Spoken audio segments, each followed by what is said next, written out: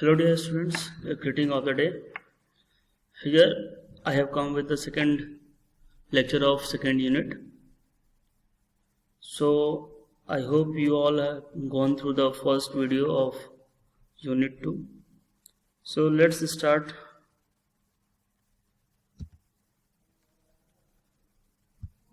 this lecture. In this topic, in this PPT we have to cover the topics: phase diagram, useful information of phase diagram, then unary phase diagram, and then binary phase diagram. So first we have to understand what is a phase diagram. ठीक है, जैसे हालांकि आपने definition मेरे ख्याल से first PPT में पढ़ा है कि फेज डायग्राम क्या होता है, बट फिर से यहाँ पर हम देखते हैं कि फेज डायग्राम में क्या क्या उसकी यूजफुल चीजें हैं और वो क्या चीज बताता है हमें. ठीक है, a diagram that deficit existence of a different phases of a system under equilibrium is termed as a phase diagram. ठीक है, कि अगर कोई भी एक सिस्टम है, सिस्टम यहाँ देखिए हमें शुरू से ये चीज पता है कि सिस्टम क्या होता है. वो चीज जिसके लिए हमने अपने स्टडी के लिए उसको लिया है, जिसके ऊपर हम अपनी स्टडी करना चाहते हैं. तो हमारे मटेरियल साइंस में हमारा सिस्टम क्या होगा कि वो कंपोजिशन या वो मेटल, ठीक है, या वो एलिमेंट जिसके लिए हम क्या कर रहे हैं, फेज डायग्राम हम ड्रॉ करना चाह रहे हैं. ठीक है, तो उस सिस्टम का एक इक्विलिब्रियम कंडीशन पर कितने फेजेस एक पर्टिकुलर पॉइंट पर एग्जिस्ट करते हैं वो क्या कहलाता है हमारा, या फिर उसमें कितने फेजेस हैं. ठीक है, a diagram that demonstrates existence of different phases of a system. Means एक सिस्टम में एक पर्टिकुलर टाइम पर एक पर्टिकुलर टेम्परेचर पर कितने फेजेस एग्जिस्ट कर रहे हैं वो चीज हमें पता चलता है कहाँ से, फेज डायग्राम से. Phase diagram it is actually a collection of solubility limit curves. Phase diagram actually में बनता कैसे, जगह पूरा एक फेज डायग्राम आगे चलकर हम देखेंगे तो क्या पता चलता है कि हमारी जो सॉल्युबिलिटी लिमिट कर्व है उन सबको हम जब मिक्स करते हैं, उन सबको जब एक साथ ड्रॉ करते हैं सारे, तो हमें क्या मिलता है, हमारा फेज डायग्राम. जैसे कि मान लीजिए हमारे पास दो एलिमेंट्स है, एलिमेंट ए एंड बी. ए क्या है, हमारा पेरेंट एलिमेंट है, और बी हमारा फॉरेन एलिमेंट.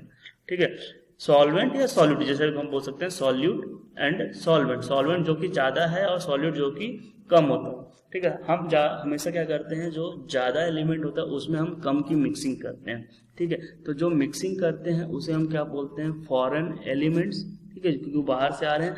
और पेरेंट एलिमेंट्स मीन्स जो इसके अंदर हम मिक्सिंग कर रहे हैं. ठीक है, तो ये क्या होता है कि पेरेंट एलिमेंट्स के अंदर फॉरेन एलिमेंट्स की जो मिक्सिंग है उसकी लिमिट फिक्स रहती है. ठीक है, तो हर एक टेम्परेचर या हर एक कंपोजिशन में, जैसे मान लीजिए हमारा एलिमेंट प्योर था, ठीक है, 0% उसमें क्या था, आपका फॉरेन एलिमेंट्स था. ठीक है, तो उसकी जब हम लिमिट निकालेंगे, कर्व निकालेंगे, कूलिंग कर्व. ठीक है, कूलिंग कर्व जब हम ड्रॉ करेंगे वो हमें एक मिलेगा क्या,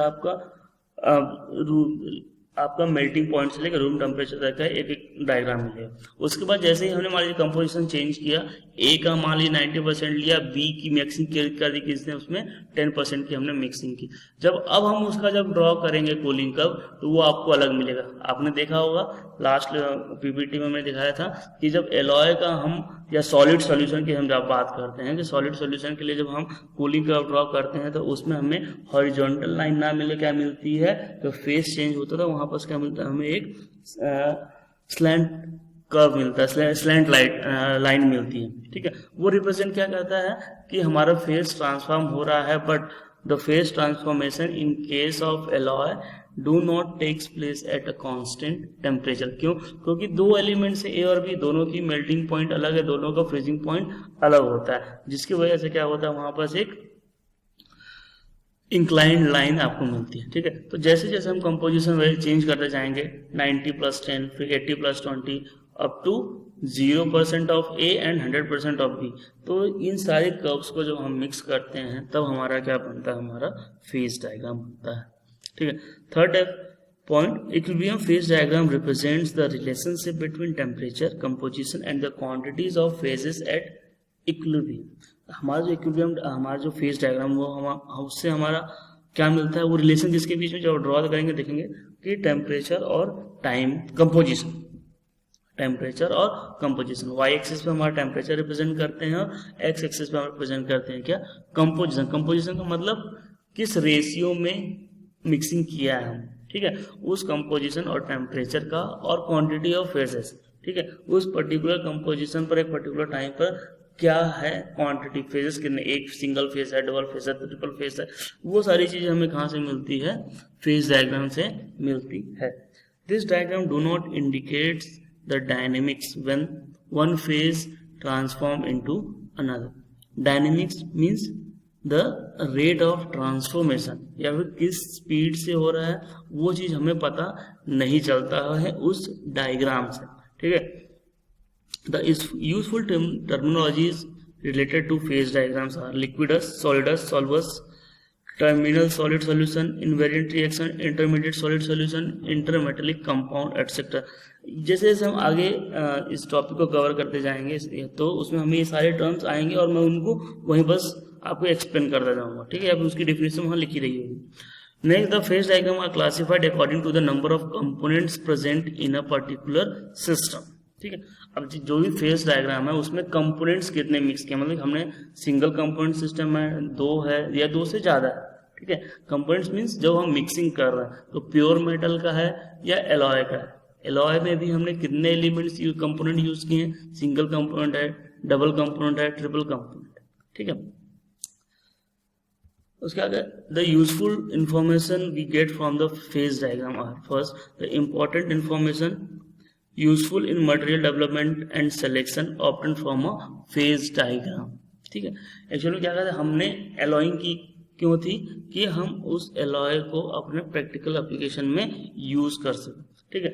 तो उस मटेरियल का जो डेवलपमेंट है, ठीक है, जो हमें मटेरियल बनाना है, वो सारी इन्फॉर्मेशन कहाँ से मिलती है, उसके फेज डायग्राम से। क्योंकि फेज डायग्राम में जो उसके स्टेट्स हैं, उसके जो फेजेस हैं, उसके हिसाब से उसकी प्रॉपर्टी भी चेंज होती है, ठीक है। तो वो सारी चीजें हमें कहाँ से पाई जाती है, उसके फेज डायग्राम से। It shows the phases present at different composition and temperature under a slow cooling condition, ठीक है। इक्विलिब्रियम का मतलब क्या है, यहाँ पर स्लो कूलिंग करते हैं, ठीक है। हर जगह आपने इसके बारे में देखा equilibrium condition. Equilibrium condition means slow cooling. ऐसा नहीं कि हमने क्या किया, उसको गर्म किया उसके बाद तुरंत ठंडा किया, तुरंत नहीं, उसको हम रूम टेम्परेचर पर कूलिंग होने देते हैं आराम से। तो उस पे हम डिफरेंट फेजेस को हम आइडेंटिफाई करते हैं उस फेज डायग्राम से। It indicates equilibrium solid solubility of one element और कंपाउंड इन अनदर। सेम जो भी अभी लास्ट पॉइंट देखा था वही चीज है। It suggest the temperature at which an alloy starts to solidify and the range of solidification, ठीक है। हमें इसमें ये पता चलता है कि किस टेम्परेचर पर वो एलॉय क्या कर रहा है, सॉलिडिफाई होना स्टार्ट हो रहा है, ठीक है। और उस पर्टिकुलर टाइम, उस पर्टिकुलर टेम्परेचर, मैंने क्या बताया था कि जितने भी हमारे प्योर मेटल होते हैं एक फिक्स टेम्परेचर पर क्या होता है, आपका सॉलिडिफाई होता है। बट जो एलॉय है उसमें क्या करता है, आपका टेम्परेचर वेरी करता है। तो एक पर्टिकुलर टेम्परेचर, जिस टेम्परेचर पर एलॉय का सॉलिडिफिकेशन स्टार्ट हुआ और किस टेम्परेचर रेंज तक वो सॉलिडिफाई हो रहा है, वो सारी चीजें हमको कहाँ से मिलती है इंफॉर्मेशन, आपके फेज डायग्राम से। It's signal the temperature at which different phases starts to melt, ठीक है। जैसे सॉलिडिफाई का उसका रिवर्स कि किस पर्टिकुलर टेम्परेचर पर कौन सा फेज, ठीक है। जैसे आपने एक पर्टिकुलर कंपोजिशन के लिए तो उसमें दो फेजेस आपको मिले, ठीक है, दो अलग एलिमेंट्स को दो अलग फेजेस मिले, तो किस पर्टिकुलर टेम्परेचर पर उन दोनों में से कौन सा पहले मेल्ट हो रहा है, ठीक है। ये सारी चीजें भी इंफॉर्मेशन आपको कहाँ से मिल जाती है, फेज डायग्राम से। Amount of each phase in two phase mixture can be obtained, ठीक है। अगर दो फेज का मिक्सचर है तो उसमें किसका कितना अमाउंट है वो भी हम आपको फेज डायग्राम से आइडेंटिफाई कर सकते हैं, ठीक है। आगे अगर हम देखें, जैसे मैंने बताया था कि कंपोनेंट्स के ऊपर डिपेंड करता है कि कितने टाइप के फेज डायग्राम होते हैं। तो फर्स्ट टाइप जो है उसमें यूनरी फेज डायग्राम, ठीक है। If a system consist of just one component, example मैंने यहाँ पर लिया pure magnesium, equilibrium of phases exists is depicted by unary phase diagram. The component may exist in different forms, thus variable here are temperature and pressure, ठीक है। अब देखिए यहाँ पर हम मिक्सिंग तो कर नहीं रहे, तो कंपोजिशन हमारा कंपोजिशन का हट जाता है। तो unary mean single phase, single component हम जब यूज करते हैं तो उसे हम क्या बोलते हैं, यूनरी फेज डायग्राम, ठीक है। हमने यहाँ पर एग्जांपल लिया है क्या, प्योर मैग्नीशियम का, ठीक है। तो उस प्योर मैग्नीशियम का जब प्रेशर और टेम्परेचर के बीच में हमने जब कर्व ड्रॉ किया तो हमें क्या मिला, कुछ इस टाइप का कर्व मिला, ठीक है।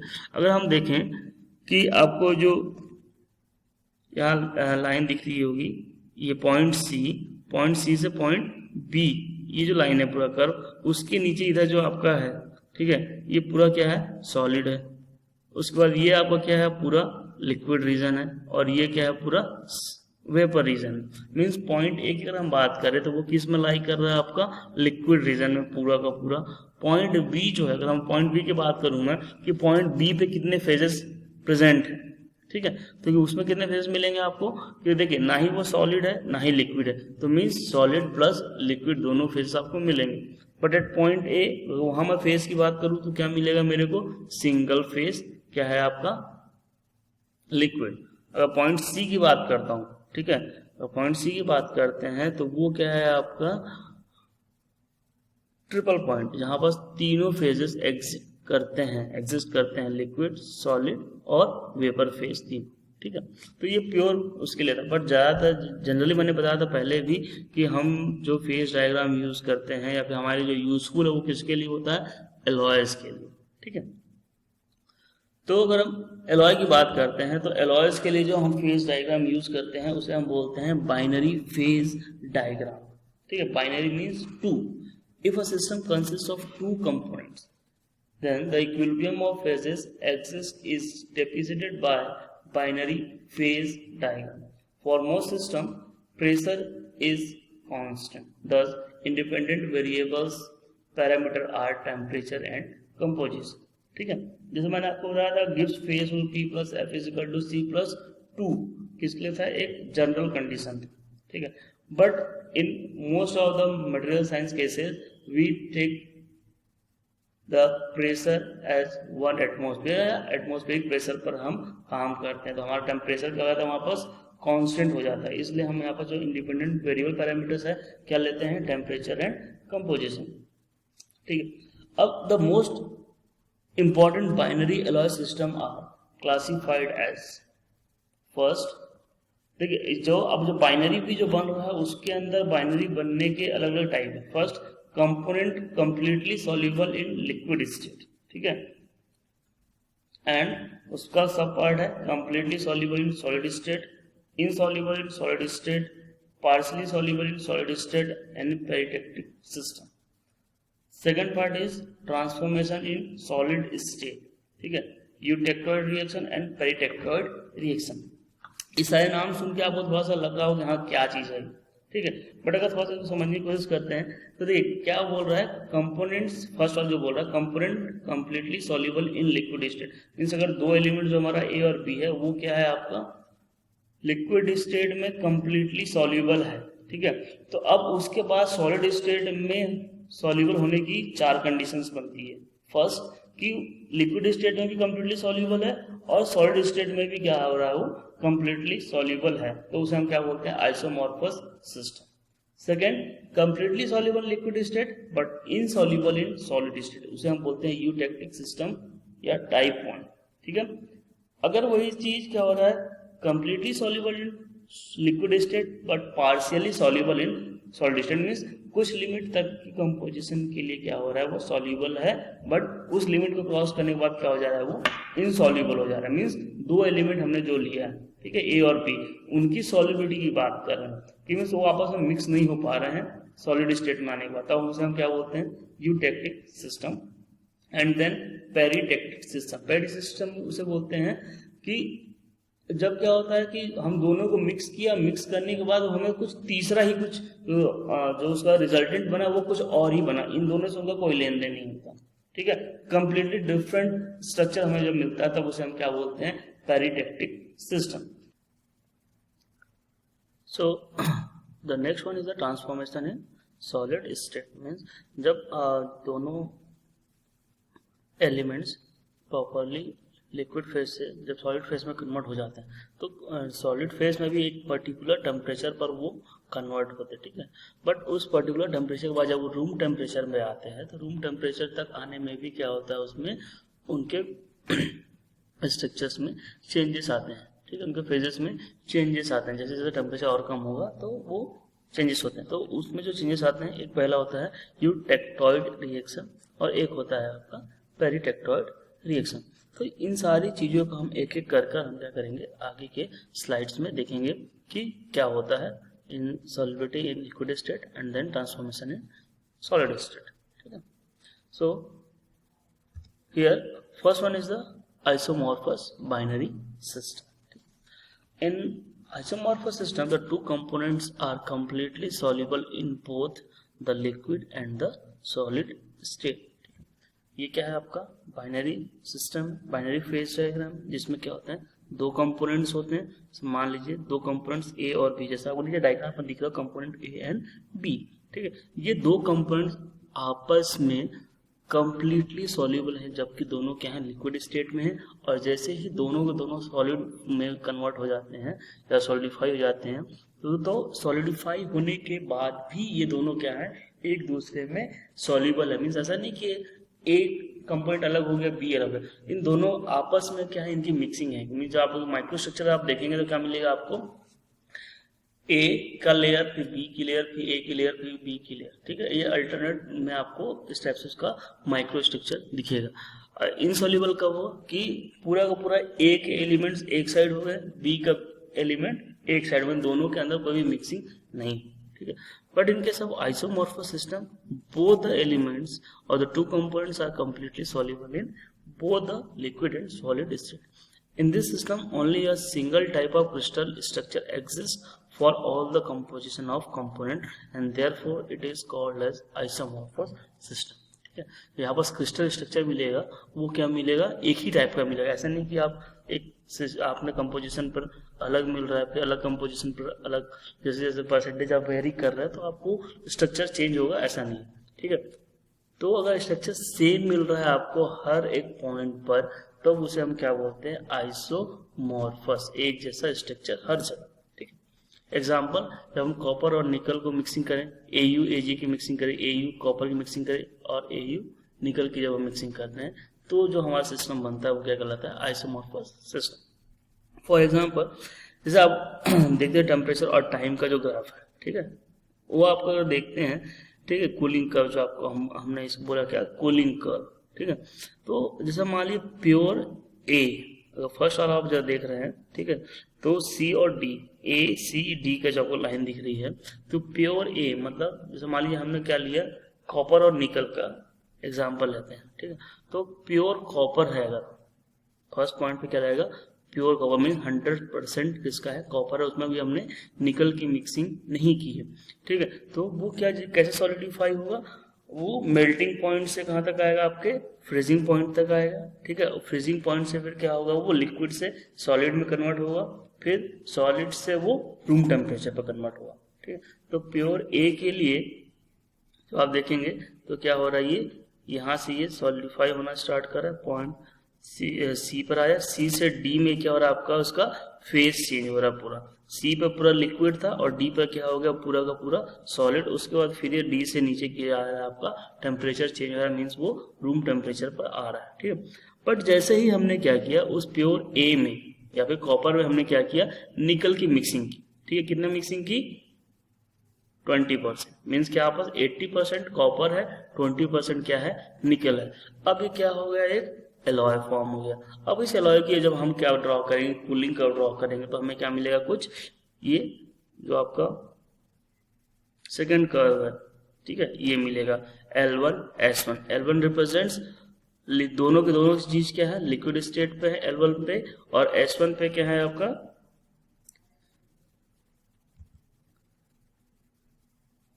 ठीक है S1 पे क्या हो गया वो सॉलिडिफाई हो गया। बट अब यहाँ पर देखिए डिफरेंस क्या आ रहा है, CD क्या एक हॉरिजॉन्टल लाइन है और L1 क्या है आपका एक इंक्लाइंड लाइन है। क्यों इंक्लाइंड लाइन है, क्योंकि ये जो है आपका प्योर एलिमेंट नहीं है, ये क्या है आपका एलॉय है। सिमिलरली जैसे जैसे आप कंपोजिशन चेंज करते जाएंगे वैसे क्या मिलेगा आपको अलग अलग कूलिंग कर्व मिलती जाएगी, और फाइनली क्या मिलेगा जब आप प्योर बी मीन्स यहाँ पर प्योर निकल है। ठीक है, अब इन सारे ग्राफ्स को उठाकर मैं यहाँ ले आता हूँ। ठीक है, अब इन और ये जो पॉइंट्स हैं इन पॉइंट्स को मैंने क्या कर दिया मिक्स ज्वाइन कर दिया। ठीक है, कहाँ ज्वाइन किया मैंने सी, ठीक है, क्योंकि ये दोनों क्या है सी और डी क्या है, एक ही टेम्परेचर पर है, ठीक है। तो ये मेल्टिंग पॉइंट है, इस टेम्परेचर पर इस पॉइंट को मैंने यहाँ रिप्रेजेंट किया, ठीक है।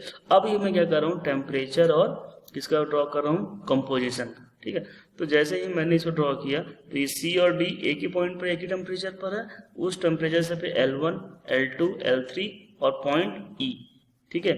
ये क्या रिप्रेजेंट कर रहा है, पॉइंट E, और F क्या रिप्रेजेंट कर रहा है, ये रिप्रेजेंट कर रहा है मेल्टिंग पॉइंट ऑफ बी या फिर निकल की, और CD रिप्रेजेंट कर रहा है क्या आपका, melting of freezing point of copper, ठीक है। तो ये जो हमने ड्रॉ किया तो एक साइड हमने क्या लिया है पूरा, ये दूसरे डायग्राम में देखेंगे अगर, तो इसमें क्या है आपका, इस लाइन पर, ठीक है, पूरा का पूरा क्या है, कॉपर है, और इस पर क्या है, पूरा का पूरा निकल है, ठीक है। और जैसे जैसे हम चेंज कर जाएंगे कंपोजिशन 20, 40, 60, 80 और 100% ऑफ बी, तो दोनों का मेल्टिंग पॉइंट उसके हिसाब से ही हमने क्या किया, जितने भी लिक्विड वाले लाइन थी, लिक्विड वाले पॉइंट थे जहाँ पर जो एलॉय था या जो मिक्सचर था लिक्विड में था, उसको एक लाइन से ड्रॉ किया, और जहाँ पर वो सॉलिड में कन्वर्ट हो गया था उसको हमने एक लाइन से ड्रॉ किया, और दोनों की पॉइंट से जब ज्वाइन कर दिया तो हमें क्या मिल गया, ये एक कर्व मिला, ठीक है, एक डायग्राम मिला, कर्व नहीं, क्या मिला, एक डायग्राम मिला। इसे हम क्या बोलते हैं, फेज डायग्राम। और ये क्या है, हालांकि ये सिस्टम किसके लिए, आइसोमॉर्फस सिस्टम के लिए, इसे हम क्या बोलेंगे, आइसोमॉर्फस बाइनरी सिस्टम। अब देखिए, अब जितनी भी ये लाइन है आपका L1 L2 L3 के ऊपर का जितना रीजन है उसमें आपको क्या मिलेगा, वो पूरी की पूरी जो मिक्सचर वो लिक्विड स्टेट में मिलेगा, ठीक है। तो वो आखिरी पॉइंट जिस पर हमें क्या मिल रहा है, कंप्लीट लिक्विड मिल रहा है, वो क्या कहलाता है आपका, या फिर जिस लाइन के ऊपर सारी चीजें क्या लिक्विड है उसे हम बोलते हैं क्या, लिक्विडस, ठीक है। मैंने पिछली की स्लाइड्स में बताया था, डेफिनेशन देखेंगे, लिक्विडस, सॉलिडस, सॉल्वस, तो उसमें से क्या है, ये लिक्विडस। वो लाइन जिसके ऊपर सारा का सारा जो कंपोजिशन है, फेज है, वो कौन सा है, लिक्विड फेज में है, तब उस लाइन को क्या बोलते हैं हम, लिक्विडस, ठीक है। उसके नीचे वाली लाइन को क्या बोलेंगे, सॉलिडस, क्योंकि इस लाइन के नीचे का पूरा स्ट्रक्चर क्या है, सॉलिड स्टेट में, बट इन दोनों के बीच में क्या है, लिक्विड प्लस सॉलिड, ठीक है। तो अगर मैं स्टेट की बात, फेस की बात करूँ, यहाँ पर लिक्विड फेस है, लिक्विड प्लस सॉलिड, और यहाँ पर क्या है, सॉलिड फेस है, ठीक है।